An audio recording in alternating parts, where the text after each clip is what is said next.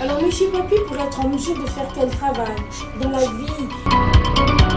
Voilà les raisons. Parce que la plupart des gens, ils parlent, mais ils ne savent pas quelles sont les véritables raisons.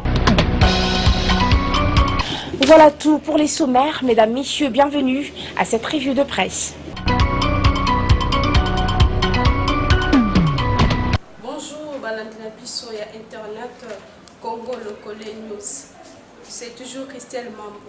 Oh, il y a des questions, il y a pas de l'édifier. Pourquoi? Parce que Bisso va parler son abino. Toujours vraiment déranger mingi na bande ko na bino mususu tout na biso question. Première question, oh, tu me mets les bino ezali. Beaucoup plus, bato bazo ko bala, mariage, divorce peut au salima. Bato bazo se poser question na mingi. Pe biso mo pe to sali constant za pe ya solo. Bande ko na biso ozo landa biso. Bo répondre biso ndenge bo mesana ko répondre biso. Et ça se dit à quoi? Nini zo poussé que divorce et salema. Mbongo ya pasi, mwa mbali ya bato abongisi, mbongo na sali kesi na ye abali na ye na mutoki na ye a souffrir, mutu so sa ki porter, mutu susu asa misalo ko sa te poazo a mbongo bala. Après ko bala mo pe divorce et salemi. Mbongo na peke na mai bande ko na nga nyonso wana eza ko na nini boye bisa bisoko bande ko baza batu biso mituna wana ba ozala pe edifier na ba réponse na bino. Mutuma ya mibale tomoni lisusu âge nini au moins to mobali ya koko bala.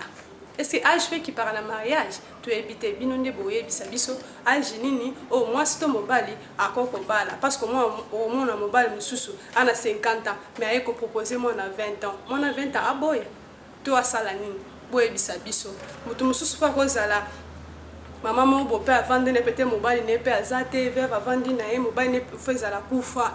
Azate suko avandi na ye azoluka libala nzambe pa pambole na mona mo peut-être maman mo ya 40 ans a pambole peut-être on a garçon mo ya 35 ans maman na boya toi ça ni garçon pe ane pe maman obuzu na ye suko maman na boya toi ça ni bande ko na biso bosunga biso na mituna oyo et ça la biso bien makasi na sepeli vraiment mingi ko za la ligne na bino journée lelo. Je ne peux pas vous quitter sans toutefois remercier ma patronne Gidil Bisengo oye mbinga na kimia nyonso les sengo nyonso wazo la sampe musala poto ko kape ko la examiner émission oyo la pesi bino merci et bonne suite des programmes.